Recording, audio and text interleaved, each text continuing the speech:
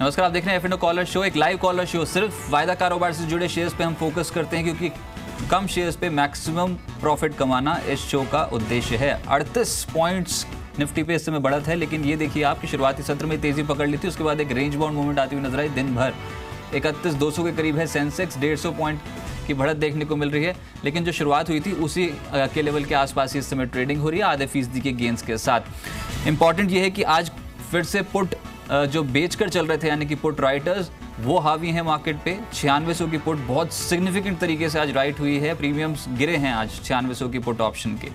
तेजी वाले जो स्टॉक्स हैं वो आपकी स्क्रीन पे थे अभी, टाटा स्टील, अदानी पोर्ट्स, हिंडाल्को जैसे स्टॉक्स में तेजी थी। ये जो मैं बात कर रहा हूँ 9600 की पुट, इसमें 40% प्रीमियम्स घट चुके हैं, 12 लाख शेयर्स जुड़े यानी कि 21% का एडिशन है। और अगर आप 9500 की पुट भी देख लेंगे, वहां पर भी सिग्निफिकेंट बिकवाली है आज के सत्र में। 4 लाख शेयर्स जुड़े हैं, लगभग 6% का ओपन इंटरेस्ट इजाफा, और प्रीमियम्स देखिए आप हेविली ड्रॉप हुए हैं, 48% गिरे हैं 9500 की पुट के प्रीमियम्स।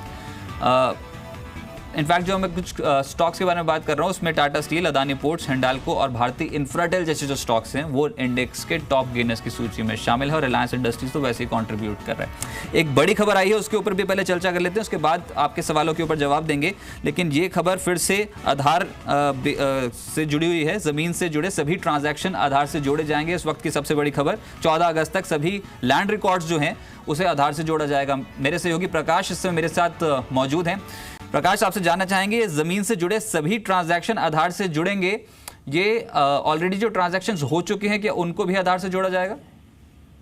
देखिए, सरकार ये कोशिश कर रही है कि आधार को हर तरह के ट्रांजैक्शन में मैंडेटरी बनाया जाए, और लिहाजा जो लैंड रिकॉर्ड्स हैं, जो प्रॉपर्टी के रजिस्ट्रेशन होते हैं, चाहे वो हाउसिंग प्रॉपर्टी हो या नॉन हाउसिंग प्रॉपर्टीज हो, यहाँ पे बेनामी प्रॉपर्टीज के बहुत सारे ऐसे मामले हैं जो सामने आए हैं।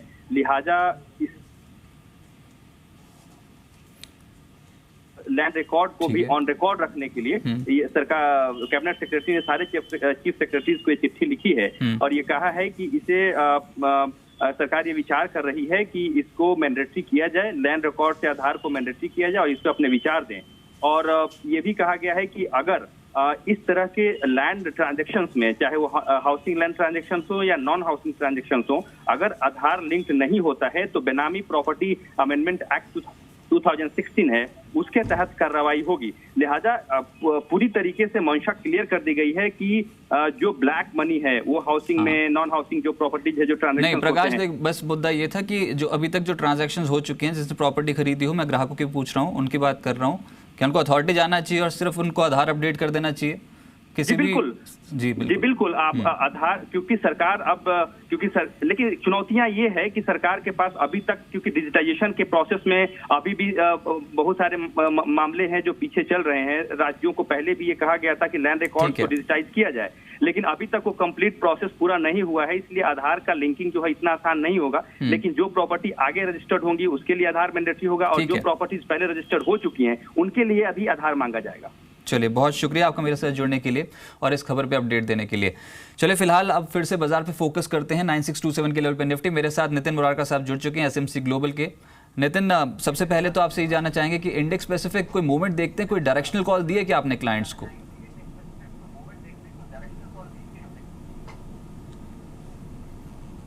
देखिए रजत, करंट मार्केट का डेटा काफ़ी अच्छा नज़र आ रहा है। इनफैक्ट आज का डेटा काफ़ी पॉजिटिव है। जैसे आप डेटा एक्सप्लेन कर रहे थे, इसमें पुट राइटर्स आज काफ़ी एग्रेसिव हुए हैं। 96 की पुट्स में राइटिंग है, 96 की कॉल्स में अनवाइंडिंग है। तो डेटा आज का इनफैक्ट क्वाइट क्लियर है कि यहाँ से मार्केट ऊपर की तरफ मूव करनी चाहिए, और मुझे लग रहा है कि इस वीक के एंड तक हम लोग 97 की तरफ मूव कर सकते हैं। और ऊपर से टेक्निकल सेटअप भी काफ़ी अच्छा है कि करेक्शंस के बाद मार्केट में ये आज का डेटा बन रहा है। तो मुझे लगता है आज हमें निफ्टी खरीदनी चाहिए। यहाँ से 30-40 पॉइंट का केवल स्टॉप लॉस होगा, और ऊपर करीब 9700 के टारगेट स्पॉट में मुझे लग रहे हैं। इनफैक्ट एज अ डिस्क्लोजर आज हमने अपने क्लाइंट्स को कॉल ऑप्शन में भी बाय रिकमेंडेशन दी है और बाय निफ्टी फ्यूचर्स की भी रिकमेंडेशन दी है। स्टॉप लॉस 96 के आसपास का रखा है। नितिन जी, मेटल स्टॉक्स कैसे लग रहे हैं? टाटा स्टील, सेल, वेदांता, कोई भी स्टॉक अगर आप क्लोजली ट्रैक कर रहे हो तो? देखिए, मेटल स्टॉक्स में इनफैक्ट दोबारा से अभी हम लोग देख रहे हैं कि एक बाउंस आ रहा है, और यहाँ से अगर आप देखेंगे तो हिंडाल्को है, टाटा स्टील, दोनों अपने सपोर्ट से बाउंस बैक कर रहा है। बट अगर मुझे एक स्टॉक लेना है तो टाटा स्टील के चार्ट ज़्यादा अच्छे हैं, उसमें टारगेट लग रहा है कि कम से कम यहाँ से 540 545 तक का मूव मिलना चाहिए। तो इस लेवल पे टाटा स्टील को बाय करके चलना चाहिए। स्टॉप लॉस करीब 505 के आसपास का बनता है। चलिए टिक बाय टिक चार्ट देखेंगे तो सभी मेटल स्टॉक्स दिन के उच्चतम स्तर के करीब कामकाज कर रहे हैं। मेरे साथ अजय जी पुणे से इस समय लाइन पे मौजूद हैं। अजय जी नमस्कार, स्वागत है, पूछिए सर सवाल। नमस्कार। हाँ जी, मैंने एल&टी का कॉल 1740 का कॉल लिया है, 1780 का कॉल लिया है, 2 लॉट 22 रुपया 50 पैसे से, और एक 22 रुपये सर, ये तो 12.5। एक सौदा कब बनाया था पहले तो ये बता दीजिए, इसके ऊपर पहले बात कर लेते हैं। ये सौदा बनाया कब था आपने एल&टी का?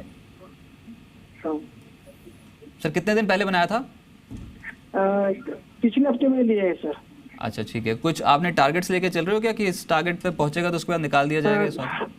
हाँ, मेरा टारगेट है 35 तक। अच्छा, लेकिन अभी तो ये ट्रेड नेगेटिव हो गया, ये आपको भी पता है, और अब आपको स्टॉप लॉस लगाना है। ये जरूर लगा लीजिएगा सर, एफएनओ में स्टॉप लॉस लगाना बहुत जरूरी होता है, पैसा कमाने का और भी मौका मिलेगा, लेकिन स्टॉप लॉस जरूर लगा के चलिए। नितिन जी, इनकी खरीद है 22 रुपये की, 12 रुपये पे कट रही है, अब ये 1780 की कॉल अब आउट ऑफ द मनी हो चुकी है। इसको होल्ड करें या निकाल दें? एक्सपायरी से पहले एल&टी पिकअप होगा, तेज होगा क्या ये स्टॉक? देखिए एल&टी हैवी वेट है और अपने सपोर्ट के आसपास से बाउंस करने की कोशिश कर रहा है, तो मुझे लगता है इस लेवल पे एक बार होल्ड करके आपको कम से कम 2-3 दिन जरूर देखना चाहिए, क्योंकि मार्केट में भी सपोर्ट आ रहा है और एल&टी में थोड़ा आज बाइंग मोमेंटम हम लोग देख रहे हैं। तो मैं समझ रहा हूँ एक बार ये करीब करीब वापस 1760 1770 की तरफ आना चाहिए, जिससे इनके बाइंग प्राइस या उससे थोड़ा ऊपर की तरफ कॉल आ सकती है। तो यहाँ पे आपको स्टॉप लॉस बनेगा 1725 रुपये का, केवल 10 रुपये नीचे का स्टॉप लॉस रखें। और मुझे लगता है कि इस वीक तक आपको एक बार 1750 1760 का भाव आना चाहिए, जहाँ पे आप अपना प्रॉफिट बुक करके एग्जिट करें। चलिए, इनफैक्ट ये सलाह उम्मीद करते हैं कि आप इस सलाह पे काम करेंगे। आज एक स्टॉक है अदानी पोर्ट का, नितिन एक बार चार्ट स्ट्रक्चर देख के बताएं, ये क्या यहाँ से और तेज हो सकता है? 371 372 के जोन पे क्या करे अदानी पोर्ट पे? देखिए डेटा जैसे ओपन इंटरेस्ट एडिशन है और इस एक 7-8 दिन के कंसोलिडेशन में काफी अच्छी इसमें डिलीवरी बेस बाइंग भी हुई है और ओपन इंटरेस्ट एडिशन हुआ है, और आज इसके जो ऊपर का ब्रेकआउट है उसमें दोबारा से ओआई एडिशन है। तो डेटा तो कंफर्म कर रहा है कि ये ऊपर यहाँ से और मूव करेगा और करीब 385 390 का टारगेट बनना चाहिए। यहाँ पे स्टॉप लॉस एक हमें 365 का रखना चाहिए, केवल 5 से 6 रुपया नीचे का। अगर कोई डिलीवरी में भी बाय करना चाहे तो 365 का स्टॉप लॉस बनता है, और मुझे लग रहा है इस एक्सपायरी के एंड तक इसमें काफी अच्छा ब्रेकआउट है। 385 से 390 का टारगेट काफी अच्छा इसमें बनने की पूरी संभावना लग रही है। चलिए, मुकुल जी देहरादून से लाइन पे मौजूद हैं। मुकुल जी नमस्कार, बताइए क्या ट्रेड किया आपने मार्केट में? नमस्कार जी, एक लॉट मैंने लिया है टाटा स्टील का 12 रुपए 70 पैसे पे कॉल लिया है। कौन सी स्ट्राइक? 510 510 का। चलिए, तो फेवर में आ गई सर, और आज तो सिर्फ मेटल ही मेटल दिखाई दे रहा है मार्केट में इस समय, तो ज़्यादा तेजी से खेमे में। चलिए पूछ लेते हैं कब तक होल्ड करना है, अभी तो प्रॉफिट हो रहा है आपको स्ट्रॉन्ग। बताइए नितिन, इनकी खरीद है 12 रुपये 70 पैसे की, 510 की स्ट्राइक, अब ये इन द मनी हो चुकी है। तेजी और बढ़ेगी क्या टाटा स्टील में? देखिए इन द मनी कॉल हो गई है, यानी 510 का लिया, अभी 516-17 स्टॉक का प्राइस है। काफ़ी अच्छी प्रोबेबिलिटी है कि स्टॉक आपको 530 535 की तरफ जाना चाहिए। तो मुझे लगता है कि आपको अपनी कॉल को होल्ड करना चाहिए। आपका स्टॉप लॉस यहाँ से कम 510 का एक ट्रेलिंग स्टॉप लॉस होगा स्पॉट प्राइस के हिसाब से, और जिस तरीके का मोमेंटम है मुझे लग नहीं रहा है कि ये नीचे की तरफ मूव करेगा। इनफैक्ट 2-3 दिन में इसका 535-40 का टारगेट हम देख रहे हैं। तो फिलहाल आप अपनी को कॉल को होल्ड करें, 30-35 की रेंज में प्रॉफिट बुक कर सकते हैं। चलिए ठीक है, मेरे साथ एक और दर्शक जुड़ चुके हैं, फरहीन जी तेलंगाना से इस समय लाइन पे मौजूद है। फरहीन जी नमस्कार, स्वागत है सर, बताइए सवाल बताइए अपना।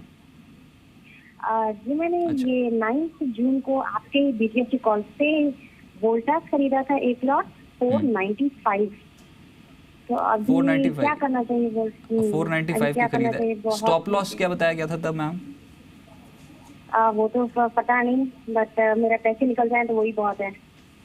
चलिए ठीक है, हर कॉल कोई बात नहीं, मैं फिर से आपको बता दूं, हर कॉल के साथ एक टारगेट एक स्टॉप लॉस जरूर बताया जाता है, दोनों ही फॉलो कर लीजिए, पैसा बनने के चांसेस बहुत स्ट्रांग हो जाते हैं। अब स्टॉप लॉस नहीं लगाया और इस स्टॉक आपकी खरीद से 20 रुपये नीचे है। मैं फिर भी पूछ लेता हूँ नितिन से। नितिन बताइए, 20 रुपये नीचे है, कट टू कट भी निकल गया ना तो बहुत राहत होगी, कोई चांसेस हैं बाउंस बैक के, या फिर थोड़ा घाटा बुक करना पड़ेगा इस बार? देखिए 510 की call out of money call है और चार्ट्स में वोल्टास में नीचे का ब्रेकडाउन हो रहा है, तो इनका टाइम वैल्यू का रिस्क काफ़ी ज़्यादा है। तो मुझे लगता है कि वेट करने की बजाय आपको टाटा वोल्टास से एग्जिट कर जाना चाहिए और जो भी लॉस आ रहा है इस लॉस को बुक करके आप एक बार टाटा स्टील में उसी प्रीमियम से कॉल खरीदें तो मुझे लगता है कि आपका लॉस कुछ हद तक वहां पे रिकवरी हो सकती है, क्योंकि 510 की कॉल में मुझे लग नहीं रहा है। नहीं, इनके पास ना 495 का स्टॉक फ्यूचर, इनका 495 का ना नितिन 495 का स्टॉक फ्यूचर प्लस है, इन्होंने ये कहा है 495 का प्लस करके चल रही है स्टॉक फ्यूचर। ये 495 की अगर फ्यूचर प्लस है तो इस केस में स्टॉप लॉस करीब करीब 470 का बन रहा है, बट मुझे लग रहा है कि ये नीचे की तरफ ही मूव करेगा तो आपको एग्जिट करना ज्यादा बेहतर होगा। अगर यहाँ पे स्टॉप लॉस आप देखने के ख्याल से देखते हैं तो 470 का स्टॉप लॉस होगा, अदरवाइज चार्ट्स नेगेटिव है, नीचे जाने की संभावना बन रही है स्टॉक में। चलिए, इस वक्त एक और बड़ी खबर आई है और एनपीए पर जो समीक्षा बैठक चल रही थी वो अब खत्म हो चुकी है और ये बैठक जो थी इसमें प्रधानमंत्री के सामने यहाँ पर अलग अलग बैंकर्स और साथ ही साथ अलग अलग मंत्री जो हैं वो अपना पक्ष रख रहे थे। आलोक प्रियदर्शी मेरे सहयोगी से मेरे साथ मौजूद हैं। आलोक, बताएं अपडेट क्या है इस बैठक से, क्या आउटकम निकला? देखिए, ये बैठक जो एडिशनल सेक्रेटरी टू पीएम है मिस्टर पीके मिश्रा, उनकी अध्यक्षता में बैठक की गई थी। जितने भी ये एनपीए को लेकर सरकार के जो प्रयास हो रहे हैं, बैंकों की तरफ से जो प्रयास हो रहे हैं, उन सब के बारे में एक रिव्यू मीटिंग कराने के लिए बैठक ली गई थी और जो अभी तक जो ऑर्डिनेंस पास होने के बाद जो अभी तक सरकार ने कदम उठाए हैं उनका क्या असर रहा है, इन सब के बारे में जानकारी ली गई। इस बैठक में ये अभी पता चला है सूत्रों के मुताबिक कि जो विरल आचार्य हैं आरबीआई के डिप्टी गवर्नर, वो यहाँ पर आए हुए थे। पहले ही बात चल रही थी कि एसएस मुंद्रा आएंगे, लेकिन विरल आचार्य आए थे इस बैठक में पार्टिसिपेट किया। उन्होंने आरबीआई की तरफ से जो भी प्रयास चल रहे हैं एनपीए को शॉर्ट रिजोल्यूशन को लेकर उसके बारे में उन्होंने बताया। साथ ही साथ जो कंसर्न सेक्रेटरीज थे वो भी इस बैठक में मौजूद थे।